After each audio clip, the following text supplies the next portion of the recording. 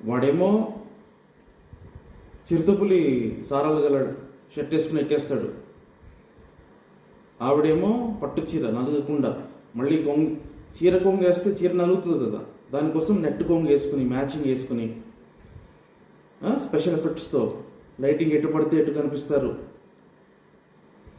అంటే ఒక పాస్టర్ లాగా భావిస్తున్నారా? సంఘాన్ని లీడ్ చేసే వాళ్ళ ఉన్నారా? లేకపోతే హీరో అని అనుకుంటున్నారా? ఒకసారి మిమ్మల్ని మీరు అర్థంలో చూసుకోండి. ఫిజికల్గా ఎలా ఉంటున్నాము, స్పిరిచువల్గా ఇంకెలా మేము కనిపిస్తున్నాం బయటికి, అవి చూసుకోండి. ముందు వేసుకుని ఎక్కుతారు స్టేజ్, వాక్యం వినడానికి వచ్చిన వాళ్ళు వాక్యం మీద దృష్టి పెడతారా?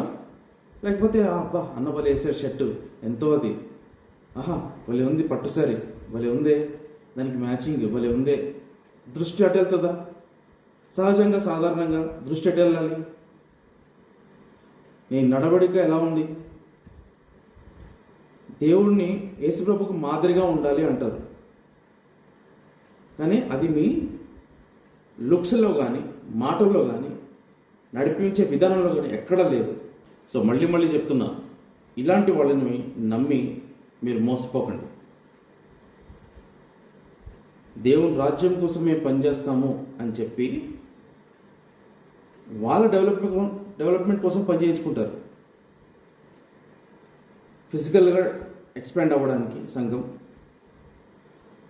అంటే అక్కడ నీకు స్పిరిచువల్ గెయిన్స్ ఏముండే నీకు కనిపించదు.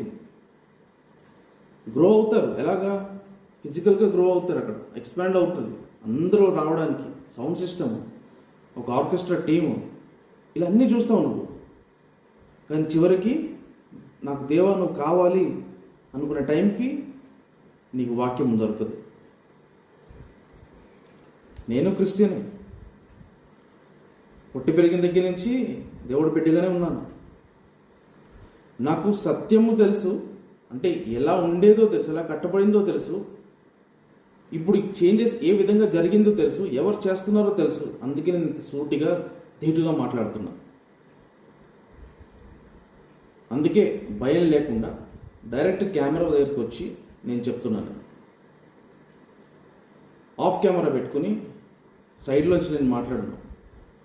సంఘం వాక్యం, సంఘం ఛానల్ అంటున్నావు, నువ్వు సంఘంలో ఎందుకు మాట్లాడావు? నీ గురించి ఏనాడైనా సంఘంలో మాట్లాడాను నేను? అన్నేళ్లలో నీ జుట్టు, నీ వ్యవహారం, నీ బట్టల గురించి ఎంతమంది మాట్లాడేవారు? అందరికీ నేను రివర్స్ సమాధానం చెప్పేవాడిని. అడుగు, అక్కడ ఉంది పాస్టర్ అమ్మ.